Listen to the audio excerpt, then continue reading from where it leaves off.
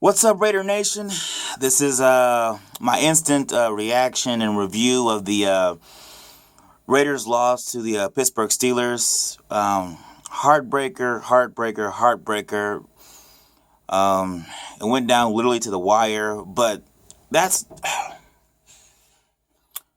that's not what frustrates me because watching the game, I felt that we should have beat the Steelers by like 2 touchdowns, and honestly, I'm not too mad about Antonio Brown going off because he's a great receiver. Can knock that about him. I mean, it's absurd that he got 306 total yards in one game, but can't knock him because he does that to a lot of DBs. So I'm not going to get overly mad about that. I mean, I will talk about the last play that he had, which was just absurd. But before we get into that, I want to go back to my initial point that we should have won this game by 2 touchdowns. Real issue: turnovers, missed opportunities. Latavius Murray fumbling, which I think most people would fumble. They got hit in the head like that. But Taiwan Jones fumbling, that was crucial when we were only down by a touchdown. We fumbled in our own zone. They score. We go down by 14. I mean, we were able to come back, but then we have another interception in the end zone where it seemed to be a miscommunication between Derek Carr and Clive Walford. So that was huge. Drop passes. Oh my God, Amari Cooper had a lot of drop passes that could have changed the complexion of the game. Clive Walford had two drop passes where he maybe should have just fell down because he had enough yardage to get the first down. So that might have changed the game and extended the drive. But this one hurts because we should have beat this team. It really hurts. Now let me go to some positives because before Latavius Murray got hurt, he was running the ball pretty effectively. The fumble that he had was well, actually no, he didn't fumble. It was like he didn't. Mac Mitchell didn't establish himself, so that wasn't a fumble. Excuse me.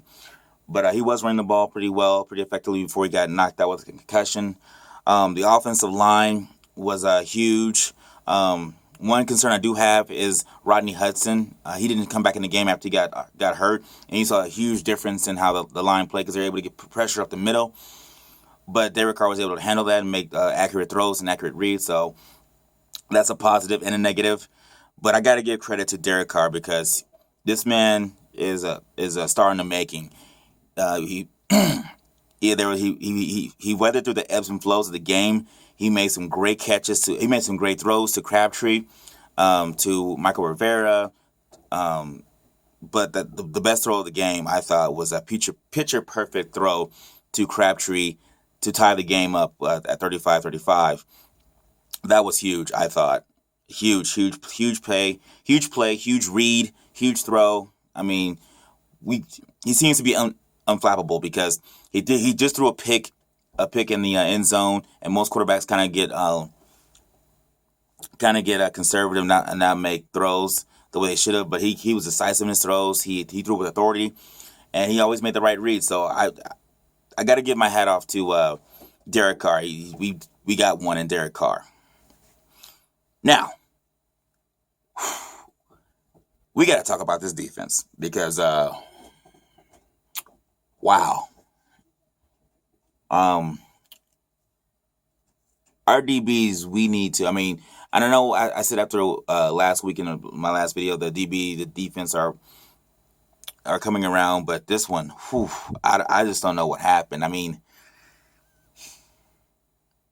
and I'm not talking about uh, the defense in terms of the defensive backs as in terms of how they played the entire game. I'm talking about, well, actually, in fact, how they did play the entire game, because it's one thing to let Antonio Brown get 150 yards, but Jesus, can we not think about doubling people? And I'm specifically talking about the last play where it's 3rd and 6. It's one thing if Ben Roethlisberger can beat you. It's one thing if he just beats you, but we let Landry Jones get a a crushing blow, a crushing pass play to Antonio Brown.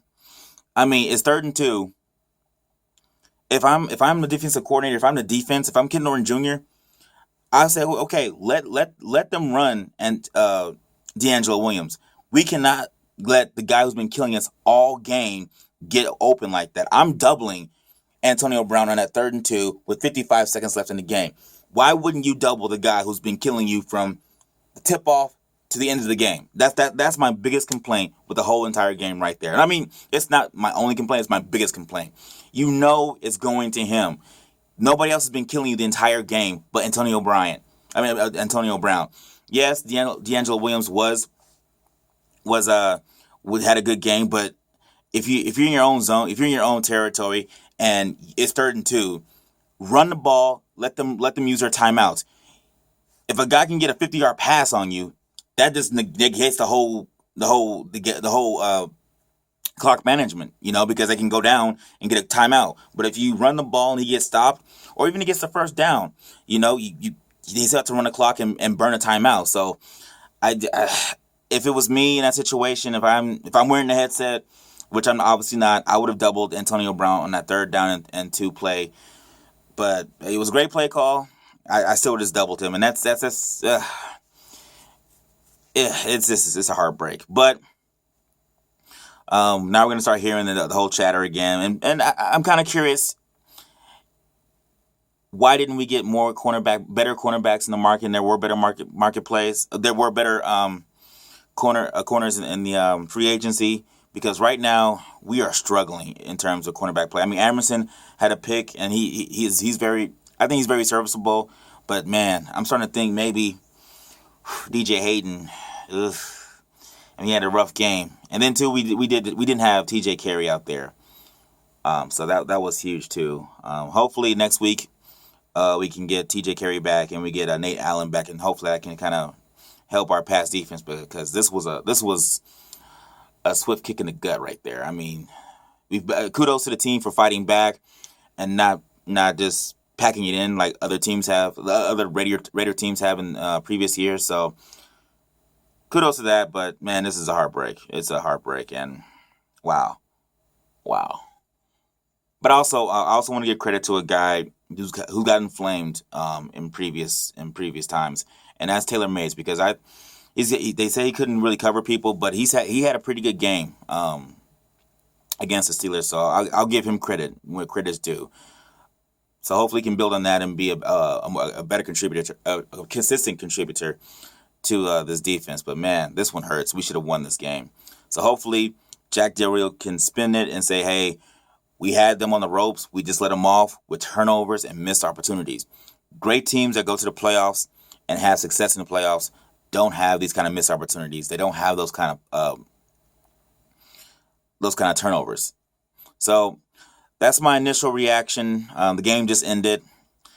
Tough loss. We could have had a huge chance to have a crushing blow, to have a stranglehold on the playoff AFC wild card. But I guess a good news silver lining. I mean, you never want to see anybody hurt, but the injury to Ben Roethlisberger did seem serious, so maybe they lose a couple of games without his absence. But you never want to see somebody get hurt. I'm not advocating or rejoicing they got hurt, but that is, I guess, a silver lining. I don't know.